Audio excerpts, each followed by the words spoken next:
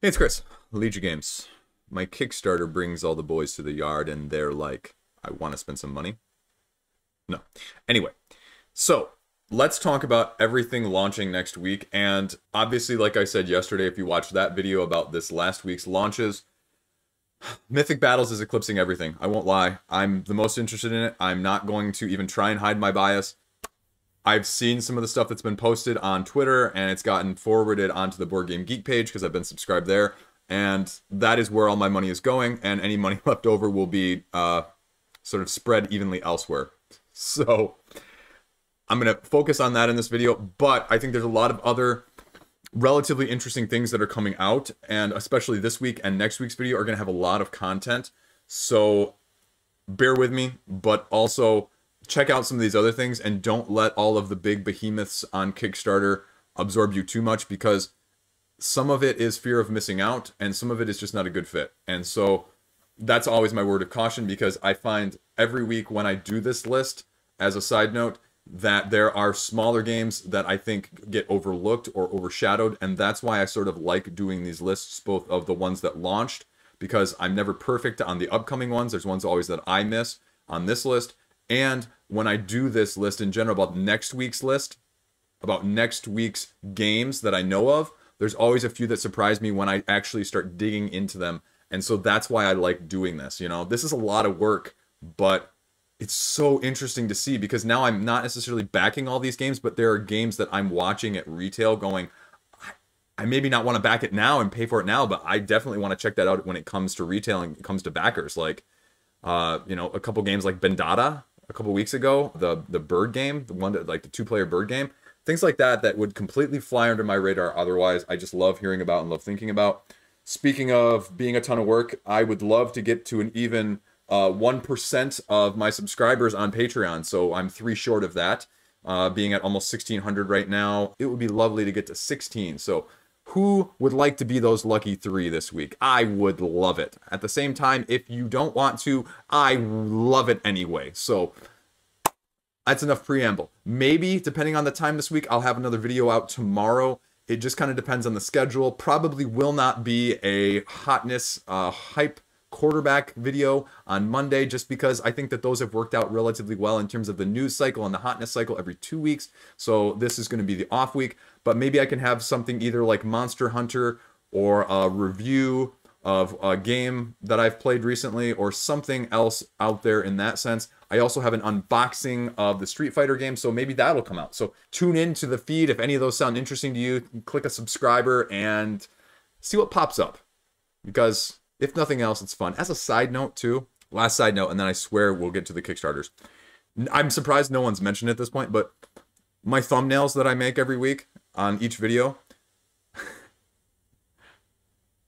I pick on purpose just ridiculous photos of me, stills and frames from the video itself, just because I think it's funny. Like everyone else I see doing these, and they're like posing and serious, and here's the thing, and we're going to clip it out, and I'm just kind of like, what funny face can I make this week? And I can posterize it on the thumbnail.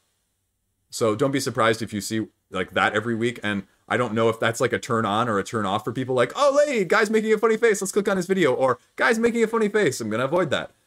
So in case you were wondering, well, in case you weren't wondering, now you know both ways.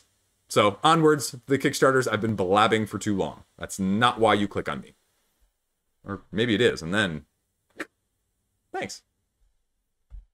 So first up on the 21st is Eminence, a 3 to 5 player game about intrigue, politics, and questionable morality. Now, it's a little weird that you're putting questionable morality in the game title.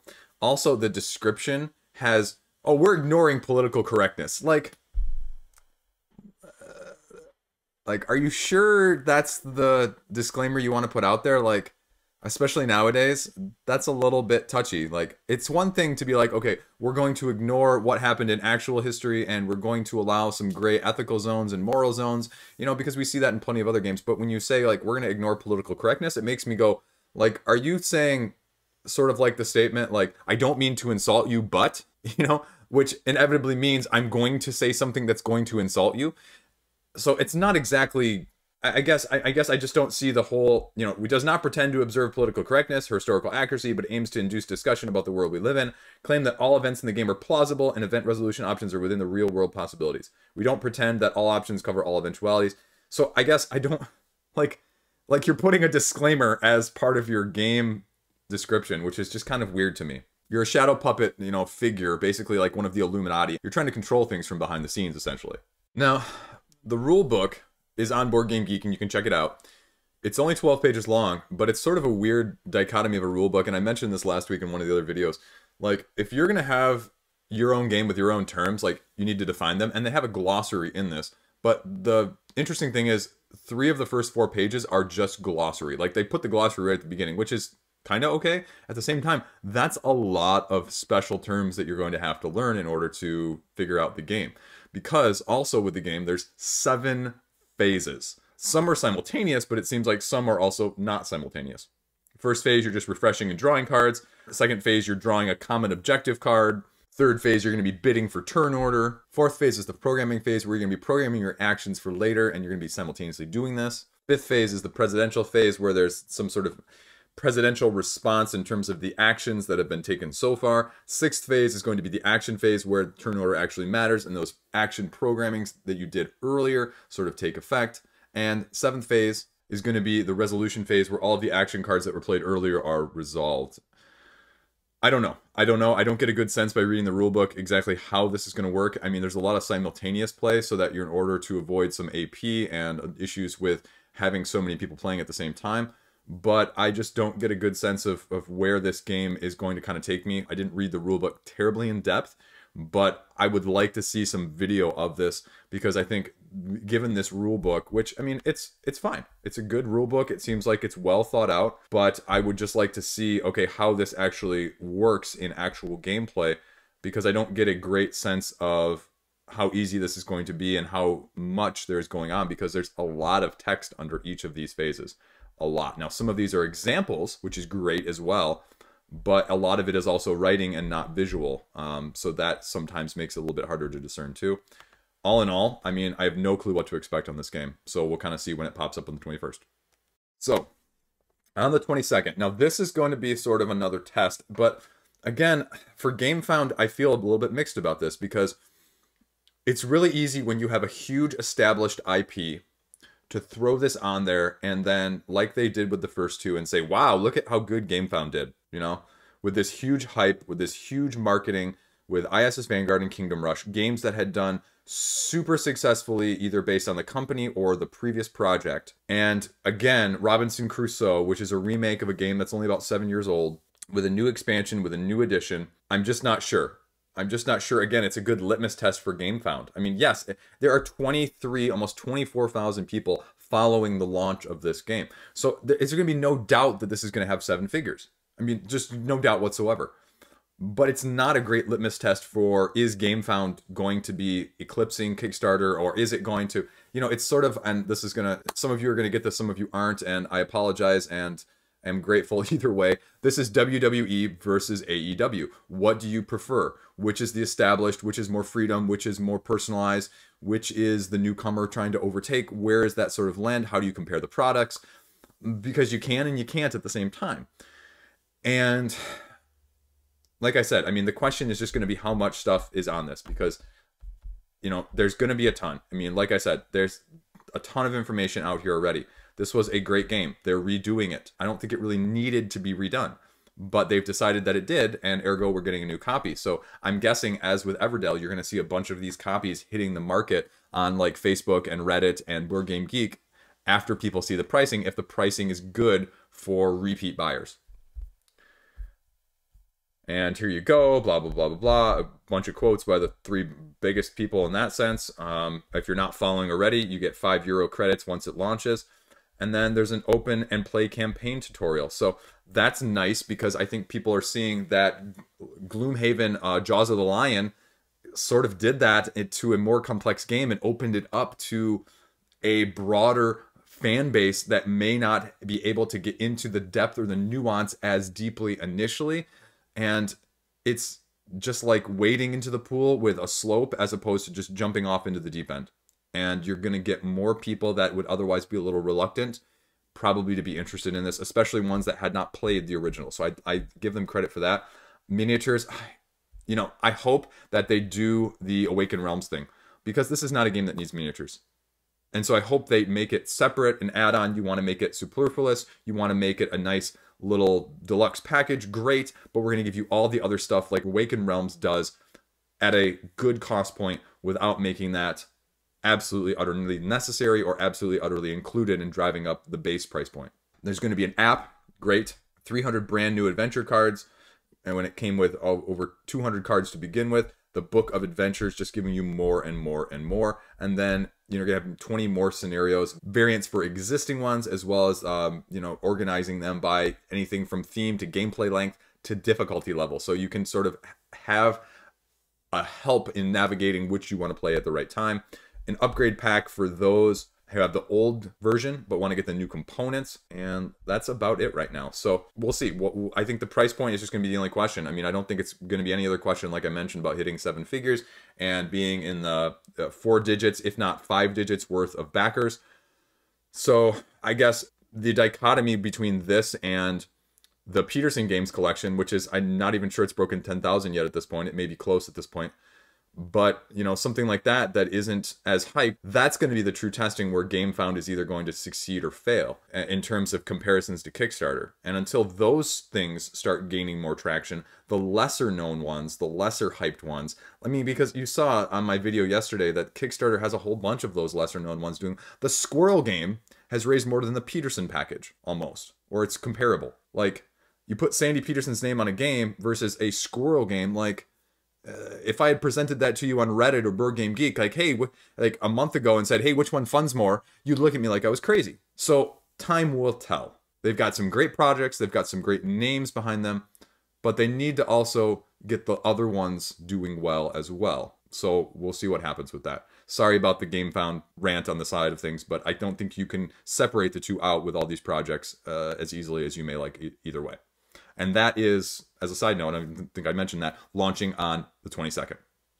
Yeah, I was just screwing with you guys. I can't bury the lead anymore. The first of the 23rds, because Tuesday's the 23rd, so everything's launching on that day, otherwise, pretty much. Mythic Battles Ragnarok. I mean, if this picture doesn't get you hyped, I don't know what's going to get you hyped. I sort of have been wavering, and I still have yet to play the depth of the Pantheon as I would like at this point. It's going to have to be seriously off-putting, and they're going to seriously have to not give me a lot of information and not give me a lot of things that I would like to make me not back it at this point. Just because, unlike, you know, Stellaris, which is out there, where you really don't have a great sense of how it plays and there's no rule book and there's not a gameplay video, they are not creating a new game system with this. I mean, this is still Mythic Battles, so they're just taking it and making it more nuanced to tailor to this Pantheon rather than the Greek Pantheon. And so there's not a lot of mystery of the mechanical core engine of things. And so that's why they probably get a little bit more wiggle room and a little bit more flex when it comes to maybe not having a full rule book, maybe not having a full gameplay of the new stuff, because it's a variation. It's not a new thing in general. That being said, I still want to see both those things, and you can be sure as all get out that I'm going to mention it if they don't, as a critique and a criticism. But with what Monolith has done with Pantheon in the first place, they deserve a little bit of a pass too. If you haven't checked it out, there is just a ton of cool stuff out there. They have been uploading it on Twitter intermittently, and people have been uploading it to Board Game Geek as well. This is one of the maps. I mean, the art is tremendous on this game. I cannot understate this. It looks like, just by a few of the cards and abilities that they've uploaded on here, is, you know, and that was my big concern on my video last month, was how different is this going to be? It looks like it's taking the core of what makes Pantheon good, but it's carrying it out in a different way. That excites me. That excites me. I hate to say that, because I hate getting excited about these games, because it makes the bar that much higher, and then if it doesn't meet that expectation, it's just a big letdown. And I hate anything else like that. I would rather, because I am always an under-promise, over-deliver type of person, and I would rather under-expect and have that surpassed, rather than have high expectations and then not meet them because of X, Y, or Z, like the rule book, like the gameplay. So honestly, I expect no rule book, no gameplay. So if they have either of those, I'm going to view it as a plus, not necessarily a minus like I would the other way. But I mean, here's another map. I mean, it's just fantastic. And there's not a whole ton of images here, but if you go to the forums here as well, this was the one that was uploaded today on the day of me filming this. This is Fafnir. Fafnir is basically this guy who transforms himself into a dragon through a curse and his greed, and this is what it looks like. I mean, that's a cool sculpt. That is a cool looking monster. And that's unlike a lot of the stuff we've seen from Pantheon. So again, if this doesn't get you hyped, I don't know what's going to. Can you probably get away with having one or the other? Absolutely. Can you get away with having both? It's looking more and more like they're going to be cross-compatible and it's going to be a good thing. So the only question is not whether or not I need it, because the answer to that is clearly no. But do I want it? And is there going to be some heavy FOMO because you've seen some of the expansions on Pantheon basically be very hard to get or very inaccessible, except for during like the 1.5 Kickstarter campaign or on the secondary market for a significant cost increase, like the Poseidon expansion or the Hera expansion. Yeah, so it's just going to be a question of how many of these are separate expansions, how many of these big things are included in the core, because the core was an amazing value with Pantheon, and are they going to duplicate and replicate that? Or are they going to piecemeal it a la some of the other campaigns and other big companies out there? And that might be more of a interesting debate topic than anything else. But overall, if you want to know what to expect, just go check out Pantheon. Plenty of videos, not very good videos on how to play, unfortunately, but there's a plenty of to tell you what it is, what its strengths are, how it compares to other things out there like the Edge Dawnfall or similar skirmish games. So it's worth checking out. It's worth the hype. It's going to probably exceed possibly anything else on Kickstarter currently, Everdell and Stellaris included, just depending on what some of those features are that I mentioned. Can you get tons of expansions? What's the all-in going to be? How much is FOMO? That's going to be the deciding factor of how many millions it raises, not if it's going to raise millions. So overall, I think that's enough talking about my most hyped game of the month, and that will be launching first on the 23rd, seeing what else launches on the 23rd in Shadow. Because there's some good stuff this week as well. Don't let me overshadow it. Next up, launching on the 23rd, is a reprint of Factory Funner. And it's launching with a combo of games, it looks like, of Factory Funner, Bear Raid, and Ghosts of Christmas. And I have no clue what the other two are, but I saw it being advertised, I believe, on Facebook. And so it's going to be launching the 23rd. If you're not familiar with Factory Funner, it's a tile-laying hexagonal grid placement where you're trying to build this crazy factory and make it make sense with all of these colors and links between the various spots in the factory. So you can get a little bit better sense of what it is. There haven't been copies widely available, and I think that's why it's being reprinted. And essentially what you're doing here is each round, or there are 8 rounds, you're taking one of these tiles and making a connection simultaneously.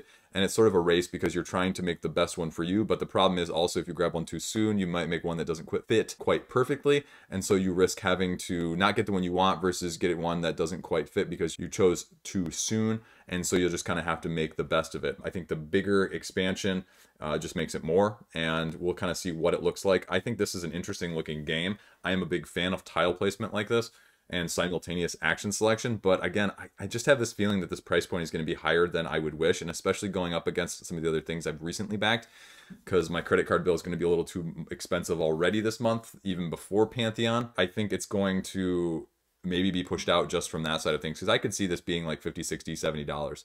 And so if it's less than that, great. I'll really take a serious look. If it's more than that or around that, it's going to be a harder look. But I know this game is popular, and it's definitely getting a reprint for a reason. So check it out when it launches on the 23rd as well. So next up, launching sometime next week, I'm kind of throwing it in here in the middle, is Grapple Maniacs, a 2 to 4 player pro wrestling card battling game. It's not even on Board Game Geek, which is why I'm showing you the Kickstarter page, and I had to Google it just to find that out. There is a preview video that was launched that gives a little bit more information. You can kind of see some of the cards that are here, what you're going to be doing, action cards, attack cards, what happens when you play them, how much it costs. But there's not a whole lot of other information apart from that. You can kind of see that there's going to be some sort of miniatures, it looks like, and some sort of ring as well you're going to be sort of maneuvering around upon, which is a lot different because I don't think a lot of the other pro wrestling based games in the past haven't really had a tactical playing field. They've mostly been more direct. And so you can kind of see a little bit more of what the cards look like here. Whoops, that's a spelling error right there. That's not great. Obviously, pinning is the way to win. and 0 stamina, so there's going to be sort of a stamina attrition either via moves or via moves that take out other people's stamina. We'll kind of see. I'm not super enthralled. It looks like they've definitely got some influence there on actual wrestlers based on a few of these here, especially this one, if you're familiar with Justin Liger. I have no idea. It's not necessarily as high quality as I would be hoping, but again, there have been plenty of things I've seen on Kickstarter right now recently that I don't want to judge by the cover alone, and it's probably worth taking a look at, so we'll see when it comes out. But again, I don't think there's been any firm announced date anywhere that I can see, and even this video only had a link to the Kickstarter preview page, so we'll kind of see what happens when it launches, but I could see this one kind of falling through the cracks if nobody knows about it too before it launches. Next up is Floriferous, also launching on the 23rd. This is a flower game, in case you couldn't tell, and it seems like that is sort of the bigger theme that's going around so far in the last like 3-4 months. You're seeing a lot more of nature themed flower, bee, animal, you know, nature type-esque games, so we'll see if that continues. Nature overtaking Cthulhu as the main theme. Anyway, it's a 1 to 4 player game where you're going to be walking through your garden trying to collect flowers and match them accordingly. It's a set collection type game that is in the span of 3 days, and each of these days has 5 rounds, so essentially, except for at the highest player counts, you are having 15 turns. 5 types of flowers, 5 colors of each type of flower, 5 bugs that can appear on each of the flowers. The combination of those is going to be used for the scoring in terms of the categories of desire, abundance, and mastery. Desire cards are cards that are going to have specific objectives that you need to meet for endgame bonus points. Abundance is going to be more of the set collection. The more you have of them, the more they're worth. And then sculpture cards are one of those other unique things where if you just have the most, you get the points. It reminds me of one of the other games, Tonari, that I used to play before I traded it away, where if you had the most shrimp tiles, it didn't matter how many you had, but if you had the most, you were the only one that got the points that they were worth. And they were only worth a total of like 8 points. No matter if you had 2 or 1 or 6, if you had the most, that's all you got. Then there's also stones in there that you can be picking up. Each 2 stones is worth a point. If you have the most stones, you can get a cup of tea, which also gives you bonus points at the end of the game. And then sort of like, I think, let's make a bus route, if you will, where there are 2 community objectives, and this is what the mastery cards are, where each of these mastery cards are scored at the end of the day if you've completed them or if you're the first to complete them, and you are going to get bonus points at each of the end of the day as opposed to at the end of the game as a whole. And the only question is, will it truly be like Let's Make a Bus Route, where if you're the first person, you're going to get maybe, say, 10 points, and everybody else that completes it after you still gets 5? Or is it going to be a winner gets all on that side of things? And it's not very clear based on the description which it's going to be. It's relatively straightforward, though. You only have 2 actions on your turn. Your pawns are on this grid of cards, which is like 5 by 5. All you're going to be doing on your turn is looking to the column that's next to it. So in the first round, it's going to be to the right, and then taking one of those cards. When you take that card, that is the spot you put your pawn on. If you start at the top of the column, that is the turn order, so top down. It reminds me more of King Domino in terms of the selections. And then the second day, you set up a new grid, and you're going to be going the opposite direction from right to left. And then the last third day, again, you're going to be going left to right. So it's relatively straightforward. There's a solo variant. This is a game that's going to be in the tens of thousands, but it's going to fund. It's beautiful to look at. It's a light. It's set collection. This is the type of game that people just can get to the table really quickly, and so there's going to be no doubt that's going to be successful. It reminds me, in a different sense, of Gift of Tulips from last week. Check it out if that is your vibe, because it looks like a pretty decent one. And the rules are on Board Game Geek if you're interested in checking them out already. So there's that too, launching on the 23rd. So next up, launching on the 23rd, is something that's flown under the radar. I remember seeing one of these Kickstarters a year or 2 ago, but it didn't really interest me at the time, and so now, unfortunately, I'm going to check it out because I've got a few of these flicking type dice games, and this is FlickFleet. Basically, what is it? It's a tactical combat game using little ships with dice on them, and you're using the dice as projectiles. And it reminds me of a combination of sort of Catacombs and Tumbling Dice, if you will. And they have a couple of videos out there. They had a couple of Kickstarters, and so you can kind of see this is literally what it looks like from Yuri Dice Games. And the expansion that's going to be out there is FlickFleet Blocks of Flicks 2, launching on the 23rd. Now, if you have any interest in this, on the forums, the designer actually says you're going to be able to get the base game, you're going to be able to get the new stuff, which is the new expansion, but the first expansion is going to be very, very, very limited. So if you are interested at all, you should be clicking on this page and then notify me on launch, because otherwise you may miss out, because apparently there's just not that many. I don't know if they're not reprinting it or it's just not available to reprint, but we'll kind of see.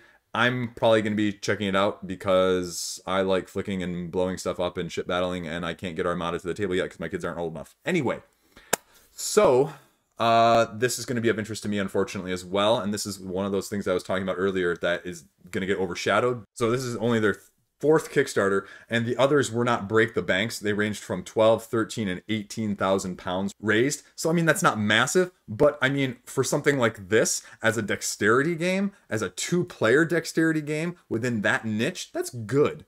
And something like this grows over time, and something like this is not going to be available. And they said that this expansion is going to be Kickstarter only, so it's not going to be something that you're going to be able to pick up at retail from their shop.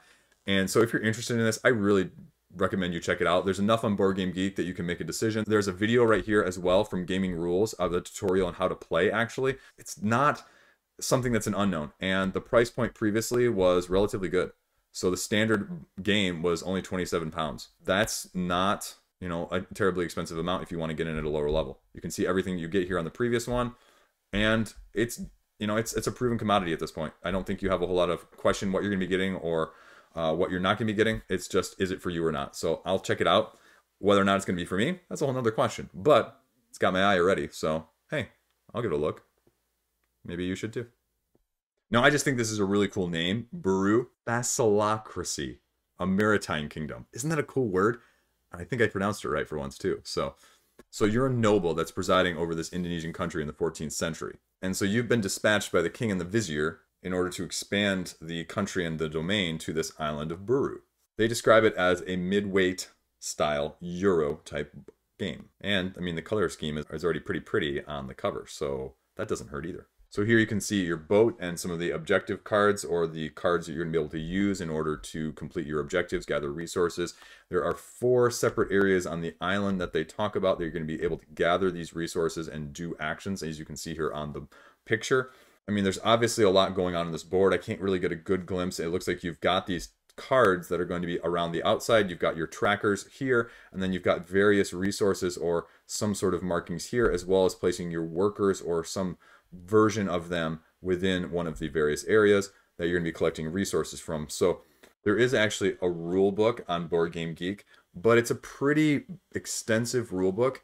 It's a 20-page rule book, so I can't go into the great detail that would be required in this video to give it its due diligence. But based on what I've read on the rule book, it definitely looks like it's a mid-weight Euro in terms of what you're going to be doing, how you're going to be able to interact, and just the options and variety there is between the placements as well as the cards.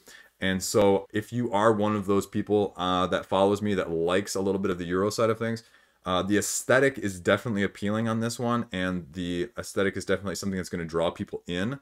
But again, I think like all Euros on Kickstarter, what is the price point going to be? How deluxe is going to be the deluxe version? And looking through this rule book that is 20 pages long, you know, what differentiates it than some of the other mid-weight Euros out there? What makes it unique? We saw the things that make it unique with Wutaki, as well as Stroganov and Carnegie. Where is this niche within the niche going to be for Buru? In short, you can see here that it talks about there's going to be 5 rounds, and each round has 5 phases: dawn, morning, noon, afternoon, and dusk. So you're going to be doing different things during each of those times of the day as well. And just as a short overview, I mean, the description of the rounds themselves is relatively straightforward. Dawn, decrees, forest cards are revealed for that round. Then morning, when all people place all but one of their explorers onto the board face down in those regions. Then noon, your remaining explorer collects any fish that you're going to be able to get.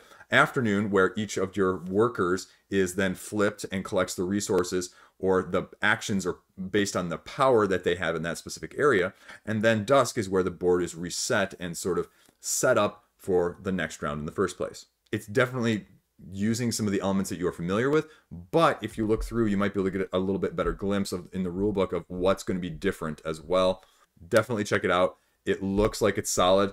I would be surprised if it doesn't fund and do well. It's just a question of how well, and is it going to be more like the Stroganov levels or the Wutaki levels, or is it going to be, you know, something higher than that? And I just never know with the expectations on something like this, because especially I haven't seen any hype anywhere. I haven't seen anybody talking about it. There's only an interview video on Board Game Geek, so time will tell. And it's sort of launching on a tough time of the month, so we'll see if that affects things either way. But I would assume that, especially with the other games I've talked about already today, that there's not going to be a huge, I know there are some of you out there, but there's not going to be a huge overlap between the people that are going to be looking heavily at some of these other types of games and this one. So that might be also its saving grace, that there's not a lot of other larger Euro-style similar games at the same time. Next up on the 23rd is a reprint of 2005 game Fjords. It's a 2-phase tile-laying game. First phase is you're going to be placing fjords around by laying them on the hexagonal places. The second phase is going to be starting to claim some of those territories and having your explorers claim some of the nearby cliffs and lands as your own. It sort of reminds me a little bit, just based on the description, this is probably completely off and people can correct me because I usually screw something up in a video like this, but it's like Blue Lagoon. It sort of gives me that vibe. What's the difference between this game and the previous version? It plays up to 4, which apparently it did not play up to in the previous version, as well as having 5 separate variants or modules that can be included for increased variability and increased gameplay. Now, I guess the question is going to be on this game is, as you can see here is the 2005 version. It doesn't have a super good rating. 6.7 is not terribly good. It's ranked 74th in the abstract side of things, but maybe that speaks more on the abstract elements, and you can kind of see what the base game looks like, although that's clearly not the game itself. That is a cookie version of the game. So there you go, of what the gameplay actually looks like, of what you're going to be claiming and exploring and placing down. Okay, you can play with more people, great. How does it compare and how does it stack up to some of the more recent abstracts that are much more highly rated? Because you know me at this point, I like my abstracts, but is this going to be significantly different to get a better standing than a 6.7? A 6.7 doesn't make me super eager to play it. It's not going to dissuade me either, because I do play games that are rated that low and I enjoy games like that. But when I'm looking for comparisons, I want to see more than just artwork here. And frankly speaking, I hope they stick with the wood or something simplified, because something like this is going to be a better price point than all of a sudden if this is a bunch of plastic, I think. And if this is a bunch of plastic, you know, I'm not really interested in that. I don't need another game with tile laying and plastic. I'm trying to get rid of a few of those in the first place, so I like the elegance of the simplicity in this, and hopefully there can be a little bit more. But I guess the other question is, I just forgot to cancel my pledge for Ragnarok's, and speaking of plastic unnecessarily, how is this compared to something like Ragnarok's? It's a little different, obviously. Ragnarok's is a little more area control, but it gives me a similar vibe to sort of the combination of Ragnarok's and Blue Lagoon, like I mentioned before. And I'm not sure how this would play with more than 2 people. And that would be the other question. I'd like to see a video of more than 2 people playing this game for a comparison's sake. But this is another game that's going to fly under a lot of people's radar that I'm going to be definitely taking interested in as an abstract lover. So if you are interested as well, I suggest you check it out, because I wasn't even aware of this game before looking it up. That's also launching on the 23rd. Funny that. So next up is Xenohunters, a one versus many hidden movement style board game sort of taking place on a spaceship. And the problem is, the only information that's out there is there's one sort of scant Tabletopia or Tabletop Simulator, I can't remember which, discussion of how they played it earlier this month. And then there's one 6-minute Kickstarter preview video, which is more like a live action play style video of people simulating what the game would be like, only as people instead. And so I don't get a good sense of how the game actually plays, but it's sort of alien-esque. One person is the alien trying to kill all of the elite team members before they can escape. But the interesting thing is, the alien is the one sort of not sure where the team members are, and the team members, however, cannot talk verbally, so they can trade via, you know, sort of intuition of when you think someone else might need something based on the game board and the game state, but they can't actually communicate in that way otherwise in terms of table talk. And the alien is just trying to kill them before they can escape. A little bit of what the box is going to look like here. You can also see a little bit of what the artwork is going to look like in terms of their stats and how far they can move and carry and their health each. And honestly, I have no idea what to expect with this, apart from what you can kind of see here in the first place. So looks like there's going to be different setups in terms of the board. It's just kind of going to be what it's going to be. I'm not sure what to expect with this. Again, I just kind of came across this one on a Facebook ad post. So we'll see what happens when it actually launches on the 24th. Also launching on the 24th is Solani, along with The Girl Who Made the Stars, sort of a combo campaign. And again, this is one that's been hyped a little bit on some of the Kickstarter Facebook groups that I've been on. And this is an abstract 2-player game based on the Navajo myth of star creation. And I really like the way this looks just on the board side of things. It's a tile-laying drafting game. Again, two great combinations of things I'd like to see in an abstract. And it's 1 to 4 players, which, again, like Fjords, is it really going to be 1 to 4 people, or is it really going to be best at 2? That's sometimes a big differentiation in this style of game. You're going to be trying to assemble constellations in the sky using the snake method of drafting, you know, a la how you pick at the beginning of Catan. You know, 1, 2, 3, 4, 4, 3, 2, 1. That style. You want to try and connect stars, observe roaming planets, and complete your constellations in the most accurate way in order to get the most points. After 12 rounds, the game ends.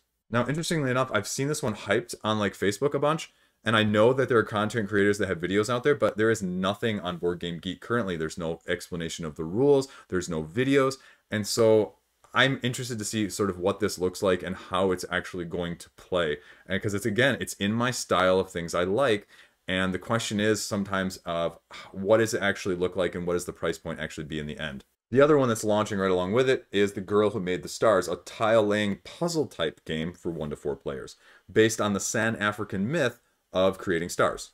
Again, I wish I could give this a little bit more due diligence, but there's really no information on Board Game Geek apart from the description of what it's doing. Similarly, when you search the title on Google, you actually get the title of a Star Trek episode that was of the same name. So I didn't really get a whole lot when I looked elsewhere. But, I mean, both of these have potential. Both of those are using keywords that I like to see in games. But, again, this is going to be a gameplay-heavy decision along with a price point, especially because when I see these games being launched together oftentimes, like I saw even last week with Faux Diamonds and Baseball Dice Highlights, and I put this in one of the comments to one of you guys who was talking about you were getting it, that oftentimes getting one of these is not really that great of a deal. You really almost have to get the bundle in order to maximize the cost effectiveness of pledging in the first place, because oftentimes one of them with the shipping, which will often be sort of a very flat shipping or just a slight bump depending if you get like 1, 2, or 3, it doesn't really pay to do it that way versus waiting to retail. So again, and the other interesting thing is I don't know on a game like this what would be the benefit of getting it now, especially with this Solani Fjords versus waiting to retail. Like, where is the incentive going to be? And off the cuff with these 3 games that I just mentioned, I don't know where that's going to be, and so that might be more or less enticing depending on what you see there. Those 2 are launching on the 24th. So check those out because I think those are going to do well as well. 2 last-minute late additions here to the upcoming week for next week. First, on March 23rd, is Imunio, self-published, coming up on Kickstarter. 2 to 6 player game. If you're familiar with it at all, golf being the card game where you know the cards that are immediately close to you in front of you in this row, closest to your person, and then you don't know what is in the row here. And what you're trying to do is decide whether or not you want to take the card from the center and replace one of the cards anywhere of one of the ones that you have, or if you want to draw from the top of the deck and take that card to replace one of the cards. And you can replace any card, one of the ones that you know, or one of the ones that you don't know. And once you know it, obviously you know it. Now, the difference in this game and Imunio is it's basically just a rough spin-off of that, and instead of just the straight number cards, you're trying to look at other people's cards, maybe swap with other people's cards, change other people's cards. There's going to be powers on the cards that are going to allow you to have more interaction, because otherwise the game of golf is relatively a multiplayer solitaire game. And so this is taking it to be a fully interactive game in that sense.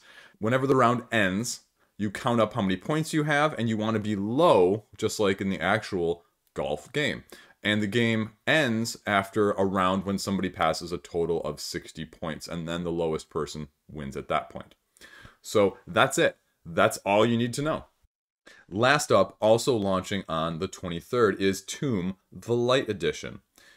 Very colorful artwork here. This is a trick-taking game for 3 to 4 players. One twist, in particular, is that this game can either be played in teams of 2 if you have 4 players, or you can play a survival mode where everybody is on their own. Now, the designer reached out and sent me a copy of the rules as well to go along with this, so here you can kind of see what the basic setup is. And what you've got going on here is you've got the 4 basic elements that you're going to be using. You can see how a card breaks down as well in terms of the strength of the card, the element of the card, and whatever the card may do as a special element or property. But included in all these cards are several other special cards that are going to affect the gameplay even further. Now, obviously, with a trick-taking game, you have trump. And so how you're deciding what trump is at the beginning of the round, you're flipping over the top card, and that is the title spell or the trump in that round. Then, each player successively goes around and plays a card. The strongest card wins, no matter the element, as long as it's not trump. Now, the interesting twist on this is, once you play a basic card, it starts something that they call as a chain. And only in chains can you use these effects that some of your cards have. And that's where things get tricky. Couldn't help myself, I'm sorry. If someone else plays a different element, then the chain is broken. Certain cards will break chains that are not those elements. Certain cards will not break chains. So you need to know a little bit more about what other cards there are, because like I said, there's a lot of special spells. There's a special light element as well. And there are cards that have something called flux, which is the most powerful in any given element. So all of these things help determine. So the other interesting twist on this is after you play a hand of those 6 cards that you're originally dealt, the first 5 are each worth 1 point. So especially if you're doing teams, okay, the last one is worth 2 points. So what you keep towards the end also is going to matter. The game ends, again, this is a little bit other of a twist. First one team to 15 points, but it's also a win by 2. A little bit of ping pong there. Also, no table talk. I mean, because come on, you can't table talk during a trick taker with a team. That's cheating. You can't do that. So that is what it is. Now, I mentioned also that they have other optional rules in here. And so you can play with multiple versions. You can play solo in the survival mode. So you can look at it from that side of things. All in all, seems like a solid trick taker. So I hope that's enough to catch your eye launching on the week of the 23rd. It's definitely going to have a few surprises and a few games that are going to catch a few people's eyes that I don't think anyone was expecting. I still have probably half a dozen to 8 games of worth talking about that are in Board Game Geek that really don't have any information in there, or that there is no update on whether or not they're still going to be launching this month, or that there is a definitive date on. So I wouldn't be surprised to see this be a little bit larger next week when it actually hits the launched video, or even the week after, or, you know, a lot of times you see a delay or two, which is not uncommon with these games. So especially if you don't have any information out like a week or two beforehand, that wouldn't surprise me. Now, the other side of things, and I've run into this lately, like I see these posts, and it's really hard collecting information. So if you guys have more information on other games, shoot me an email, shoot me a comment in the video. Like, I'm always looking for more sources and more information to get these dates, because, again, I'll comment that I'm not sure why people aren't being a little bit more proactive sometimes about these dates. It's the bigger projects are doing it. Bigger projects, a lot of them are announcing like a month beforehand, or, you know, along that timeline of when it is. So you want to create some hype. You don't want to build it up and have it sort of fall flat too early, but you also just don't want to have it like, hey, okay, tomorrow or 2 days from now we're launching this. So finding that niche, definitely from a marketing standpoint, is tough, but I'm doing this video for free, so why not? Anyway, like I said, a bunch of stuff coming up in the next week or so. We'll see what else sort of leaks out there and what else I can get to. But next week's video of this, of upcoming stuff for the week of the 30th, is going to be just as jam-packed. Not any big names as Mythic Battles, but there's plenty of other mid-sized stuff that is definitely going to be of interest. So keep your wallet safe and close to your body. Hug them tightly and kiss them good night tonight when you go to sleep. Apart from that, just thanks for clicking and watching again. I appreciate it. 2021 and 2021, you know, totally as a joke at the end of last year, but it's totally feasible and achievable. And if you would help me get that, that'd be amazing. I think, you know, the goal would actually be more like 3021 and 2021 now, because you guys are awesome and I'd love to see that. And, you know, just whatever we can do, that'd be great. As always, thanks for the click. See you around.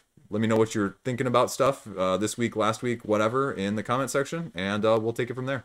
Have a great night. Have a great day. Whichever time it is, whenever you watch this. Stay classy.